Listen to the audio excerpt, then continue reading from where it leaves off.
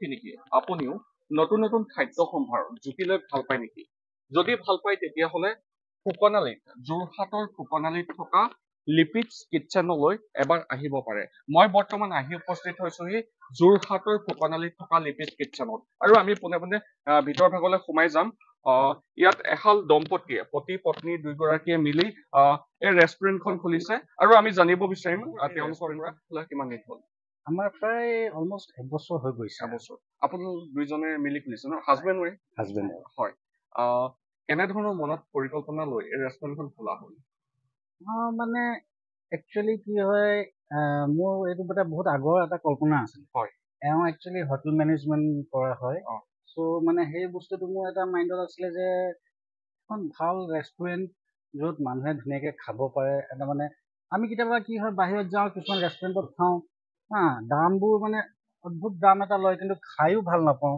সেই তেনেকুৱা মোৰ মানে সেই এটা তেনেকুৱা এটা মানে পৰিকল্পনা আগৰ পৰা আছিলে যে মানে এখন ৰেষ্টুৰেণ্ট খুলিম য'ত মানে মানুহে মানে একদম এটা মিনিমাম প্ৰাইচত মানে ভালকে যাতে খাব পাৰে ঘৰুৱা।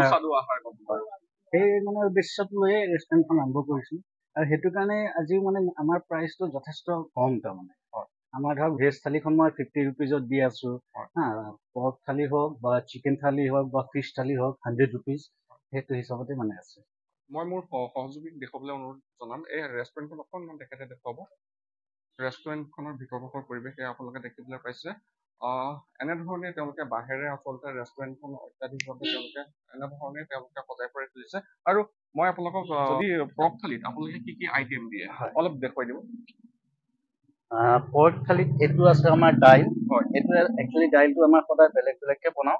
কেতিয়াবা ৰহৰ মচুৰ মিক্সাৰ হয়, কেতিয়াবা ৰহৰ মচুৰ মগু থাকে। এখন এখন তৰকাৰী যায় ইয়াত। তৰকাৰীখনো সদায় বেলেগ বেলেগ হয়। ধৰক আলু চয়াবিন, আলু মটৰ, কেতিয়াবা ৰঙালাও আৰু কোমোৰা হয়, এনেকে বনাওঁ। বেলেগ বেলেগ থাকে। এখন এখন শুকান ভাজি যায়, আলু পিটিকা, ইয়াত চালাড, চাটনি, আচাৰ আৰু চাটনি। আৰু এইখন হ'ল পৰ্ক থালি। এইটো পৰ্কৰ বাতি। এইখনৰ প্ৰাইচ কিমান হ'ব? এইখন আপোনাৰ 100 ৰুপিজ। হয়। সকলোৱে ইয়াত আহিব পাৰে। বহু কম মূল্যত আপোনালোকে এসাঁজ ভাতৰ সোৱাদ ল'ব পাৰে। আৰু আপোনালোকে আমি শুনা পাইছো আপোনালোকে কোনো ধৰণৰ মছলা ব্যৱহাৰ নকৰাকৈ। হয়, আমাৰ মানে ইয়াত একদম কম মানে নাই বুলিবই পাৰি আপুনি।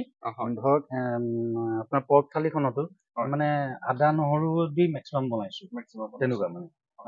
আৰু চিকেনততো অকমান স্পাইচ যাবই আৰু আদাৰৱাইজ মানে এতিয়া আপুনি খালেও গম পাব।